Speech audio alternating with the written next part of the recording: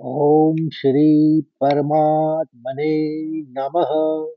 जय श्री कृष्ण दोस्तों। आज 18वां दिन और 18वां श्लोक। तो इसका प्रसंग ये है कि संजय अपनी बात पूरी करते हुए पांडव सेना के अंतिम प्रमुख वीरों और उनकी अगली पीढ़ी के बारे में बताते हैं इस श्लोक द्वारा। तो शुरू करते हैं। द्रुपदो द्रौपदय्याश्च सर्वशः पृथिवीपते सौभद्रश्च महाबाहुः शङ्खान् दद्मुः पृथक् पृथक्। एक बार और सुनिए। द्रुपदोद् द्रौपदेयाश्च सर्वशः पृथिवीपते सौभद्रश्च महाबाहुः शङ्खान् दद्मुः पृथक् पृथक्। अब इसको चरणबद्ध तरीके से समझते हैं उच्चारण को। पहले चरण में दो शब्द हैं, द्रुपदोद और द्रौपदेयाश्च। इसमें समझिए पहले शब्द में द दो के ऊपर आघात है और आगे वाला शब्द द्रौपदेयाश्च, इसमें या के ऊपर आघात है। तो आघात में पहले शब्द में दो के ऊपर जो आघात है और उसके बाद वाले शब्द है दो से चालू, तो आपको पता है कि दो का आघात कहेंगे तो द्रुपदो नहीं कहेंगे, द्रुपदोद कहेंगे। हल्के से द का आघात आ जाएगा। तो द्रुपदोद। फिर दूसरा शब्द पहले चरण में द्रौ, इसमें औ की मात्रा है तो वो हो जाएगा द्रौ। तो हो जाएगा द्रौपदेयाश्च, च में खत्म। अब दूसरे चरण को समझिए। विसर्ग में प का लेना है आपको, क्योंकि आगे वाला शब्द दूसरे चरण में प है। इतना आप समझ चुके हैं। तो सर्वशः पृथ्वी पते, पृथ्वी थ में हल्की अश्व बोलेंगे और वी बड़ी की मात्रा है तो पृथ्वी पते। पहले और दूसरे चरण को आप सुनिए। द्रुपदोद द्रौपदेयाश्च सर्वशः पृथ्वी पते। अब तीसरे चरण में आते हैं। यहाँ पर भ और द के ऊपर आघात है पहले शब्द में और दूसरे शब्द में है विसर्ग, जो कि श का है, क्योंकि चौथे चरण में पहला शब्द है श। तो तीसरे चरण को सुनिए। औ की मात्रा है तो सौ, सौभद्रश्च। भ में आघात है तो पहले हमने द का एक हल्का सा साउंड निकालना है। तो सौभद, फिर दृश्य। इतना आप समझ गए हैं कि पहले श आएगा और आखिरी में च आएगा, च में खत्म हो जाएगा। तो पहला शब्द हो गया सौभद्रश्च। हल्का सा आप समझेंगे उस स्वर को कि वो जो साउंड आएगा वो कैसा आएगा। सौभद्र, हल्के से सौभद्र, फिर दृश्य। तो एक साथ ही बोलना है तो वो एकदम निकलेगा। सौभद्रश्च। फिर दूसरा शब्द है महाबाहुष, महा फिर बाहुष। और चौथे चरण को देखिए। यहाँ पर श के ऊपर आघात है और ख के ऊपर आघात है और द के ऊपर आघात है और आखिरी में म से न के बाद है प का विसर्ग, क्योंकि उसके बाद वाला शब्द है प। तो इतना समझ रहे होंगे। तो इस चौथे चरण को हम इस तरह से उच्चारित करेंगे।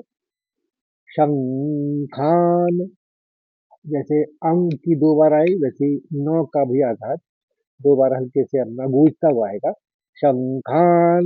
और द के संग, क्योंकि आगे वाला शब्द प थ द ध, मैंने बताया था जब तो इस लाइन के जो भी व्यंजन होंगे तो द का ही आघात आएगा। तो शंखान दध, पहले हल्के से नहीं, दध मुख, दध मुख। द और ध एक साथ आ जाएंगे उसमें। ध तो ऑलरेडी शब्द के साथ है ही है, आपने आघात लेना है द का। तो शंखान दधमुख पृथक पृथक। तो दधमुख में हमने दधमुख वो विसर्ग लिया, क्योंकि पहले वाला शब्द पृथक है। तो इस चौथे चरण को फिर से समझिए। शंखान दधमुख पृथक पृथक। अब तीसरा और चौथा चरण एक साथ सुनिए। सौभद्रश्च महाबाहुः शङ्खान् ददमुः पृथक् पृथक्। अब पूरे श्लोक को यानी चौथे चारों चरण को एक साथ समझते हैं। द्रुपदो द्रौपदेयाश्च सर्वशः पृथिवीपते सौभद्रश्च महाबाहुः शङ्खान् ददमुः पृथक् पृथक्। अब इस श्लोक का शब्दार्थ और भावार्थ समझते हैं। तो पहला शब्द है द्रुपदो।